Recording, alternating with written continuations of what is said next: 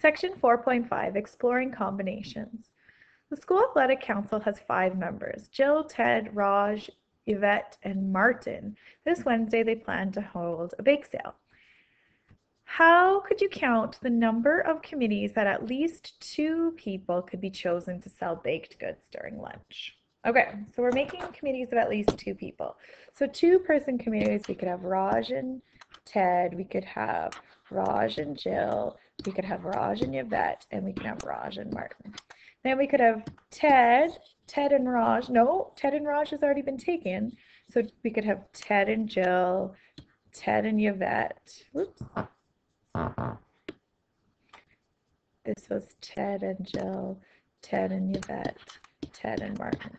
Okay, now let's look at Jill. Well, Jill's already been paired up with Ted and Raj, so we just need Jill and Yvette and Jill and Martin. Okay, now at Yvette's already been paired up with the first 3 people, so we just need Yvette and Martin, and then Martin's already been paired up with every other person. So it's 4, 7, 8, 9, there's only 10 2-person committees. 3-people committees, we'd start the same, Raj, Ted, and Jill, and we'd go through and make 3-people committees as well. Okay, when you consider all the possible committees, this is called a combination. A grouping of objects where order doesn't matter. So a committee of 3 people, a committee of Jill, Ted, and Raj is the same as a committee of Raj, Ted, and Jill. They're the same committee. The order doesn't matter. For example, 2 objects A and B have 1 combination. AB is the same as BA. So permutation, whenever order matters, like you're spelling a word, but when you're just making committees and order doesn't matter, you're just grouping things, that's called a combination. So the expression 5 factorial over AB can be used to determine the number of committees. What do A and B represent in this expression? Verify it works for all the 2, 3, and 4, and 5 committees you consider. So we didn't go through and actually show all those committees, but I do want to show the answer to this question. So there was 10 2-person committees. So if we did 5 over 2 times 3, so it was a 2-person committee, and this number 3, we're going to see where that came from. 3-person committees is 5 divided by 3 factorial 2 factorial. 4-person committee is 5 divided by 4 and 1 factorial. And this is the 5-person committees. So we see something interesting with what's on the bottom. Okay, and what's on the bottom is right here. Is the bottom 2 numbers add up to 5.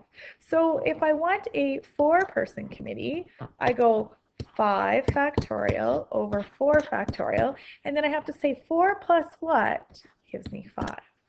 If I wanted a 2-person committee, I do this, and then I say, well, to get 5, I still need another 3. That is how that formula works. Okay? When order doesn't matter, you're determining a combination. When all n objects are being used, there's only 1 combination. So if there's 5 people and I want to make a 5-person committee, there's only 1 way. Okay? From a set of n different objects, there's always fewer combinations than permutations. So if a question asks for combinations, you're going to get less than if you ask for permutations when selecting R of them. For example, the number of permutations possible using 2 3-letters, 2 of them is 3 over 3 minus 2 factorial is 6. The 6 permutations are all of those, but there's really only 3 combinations, because remember we said combinations would be 3 factorial. We want 2 of them. And then we have to go to get to 3, we have to go 2 plus 1. So that is just 3 times 2 times 1 over 2 times 1 times 1.